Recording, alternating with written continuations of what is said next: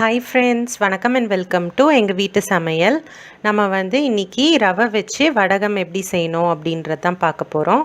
வாங்க வீடியோக்குள்ளே போகலாம். வீடியோவில் ஒரு 100 கிராம் ரவை இருந்தாலே போதும். ஆவியில் வேக வச்சு எடுக்கிற ஒரு ரவை வடகம் தான் செஞ்சு காட்ட போகிறோம். வாங்க எப்படி செய்வோன்னு பார்ப்போம். இதுக்கு 100 கிராம் ரவை, 1 டேபிள் ஸ்பூன் மைதா மாவு, தேவையான அளவு உப்பு, கொஞ்சோண்டு ஜீரகம், பொடியாக நறுக்கின கருவேப்பிலை, கொஞ்சோண்டு சில்லி ஃப்ளேக்ஸ் இதெல்லாம் எடுத்துக்கணும். அதுக்கப்புறம் ரவை, நெக்ஸ்ட்டு மைதா 1 டேபிள் ஸ்பூன் சொல்லியிருந்தோம் இல்லையா, அது தேவையான அளவு உப்பு, இது எல்லாத்தையும் சேர்த்து நம்ம மிக்சியில் நல்லா பவுடராக அரைச்சிக்கணும். அடுத்து ஒரு 200 ml போல் தண்ணி எடுத்து வச்சுக்கோங்க. அதில் ஒரு 1/4 கப் மட்டும் ஃபஸ்ட்டு சேர்த்துக்கோங்க. சேர்த்துட்டு அதை மிக்சியில் போட்டு அரைச்சிக்கோங்க. அரைச்சிட்டு அதை ஒரு பாத்திரத்தில் சேர்த்துக்கோங்க. ஃபஸ்ட்டே 200 mlயும் நீங்கள் ஊற்றிடாதீங்க. அதுக்கப்புறம் திரும்பவும் ஒரு 1/4 கப் நாங்கள் சேர்க்குறோம். அதையும் சேர்த்து நல்லா மிக்ஸ் பண்ணிக்கிறோம். ஸோ மொத்தமாக நாங்கள் ஒரு 3/4 கப் போல் தண்ணி சேர்த்துருக்கோம். அந்த கன்சிஸ்டன்சி வர வரைக்கும் இந்த மாதிரி தான் இருக்கும் அந்த மாவோட கன்சிஸ்டன்சி. அதுக்கேற்ற மாதிரி நீங்களும் சேர்த்துக்கோங்க. அதுக்கப்புறமா கொஞ்சோண்டு சில்லி ஃப்ளேக்ஸ் சேர்த்துக்கோங்க. பொடியாக நறுக்கின கருவேப்பிலை, ஜீரகம் இதெல்லாம் சேர்த்துக்கோங்க. சேர்த்து நல்லா மிக்ஸ் பண்ணிக்கோங்க. ஸோ நம்ம 100 கிராம் ரவைக்கு ஒரு 3/4 கப் போல் நம்ம தண்ணி மொத்தமாக சேர்த்துருக்கோம். ஒரு அகலமான கடாயில் தண்ணி ஊற்றிக்கோங்க. ஒரு ஸ்டாண்ட் வச்சுட்டு ஒரு இட்லி பிளேட்டை இந்த மாதிரி வச்சு மூடிக்கோங்க.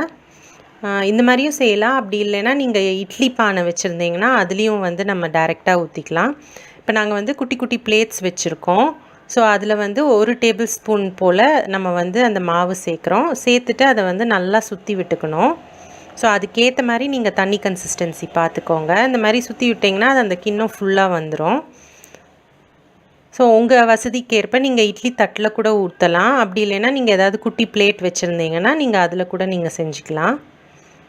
இந்த மாதிரி சுற்றி சுற்றி நம்ம பிளேட்டெல்லாம் ஃபில் பண்ணிக்குவோம்.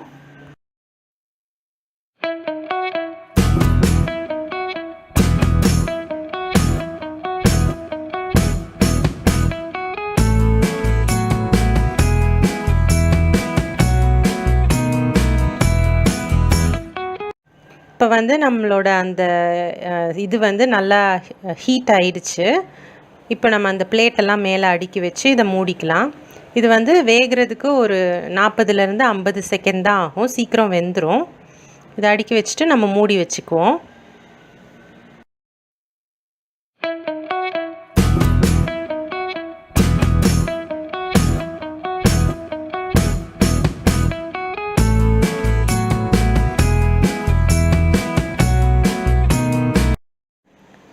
இப்போ ஒரு 50 செகண்ட் ஆயிடுச்சு. பார்த்திங்கன்னா மாவு கலர்லாம் நல்லா மாறி இருக்குது.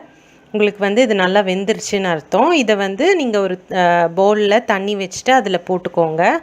அது நல்லா சூடெல்லாம் ஆறிடும். ஒரு 10 செகண்டில் சூடு ஆறிடும். நீங்கள் அதை வெளியில் எடுத்து வச்சுக்கலாம். எடுத்து வச்சுட்டு இந்த மாதிரி ஸ்பூனில் ஓரத்தெல்லாம் அந்த மாதிரி லைட்டாக எடுத்து விட்டுட்டு நீங்கள் கையிலேயே எடுத்திங்கன்னா உங்களுக்கு அந்த இது நல்லா ஸ்லைஸ் மாதிரி வந்துடும். அதை நீங்கள் எடுத்து நீங்கள் ஃபஸ்ட்டு ஒரு பிளேட்டில் வச்சுக்கலாம். பாருங்கள், நல்லா வந்துருச்சு உங்களுக்கு.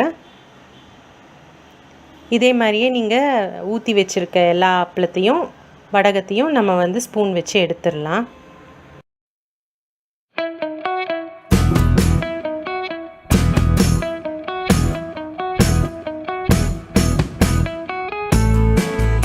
நம்ம அந்த மாதிரி பிளேட் இல்லைனாலும் இந்த மாதிரி குட்டியாக கிண்ணம் இருந்தாலும் அதுலேயும் நம்ம வச்சுக்கலாம். அது காமிக்கிறதுக்காக தான் இன்னொரு வாட்டியும் நாங்கள் செஞ்சு காமிக்கிறோம்.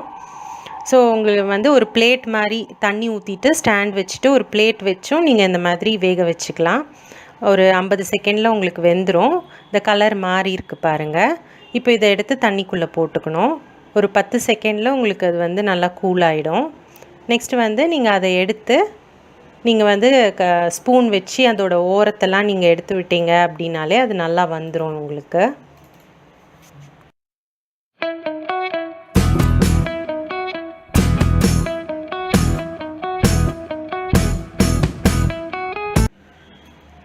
இந்த மாதிரி எல்லா வடகத்தையும் நீங்கள் எடுத்து வச்சுருங்க.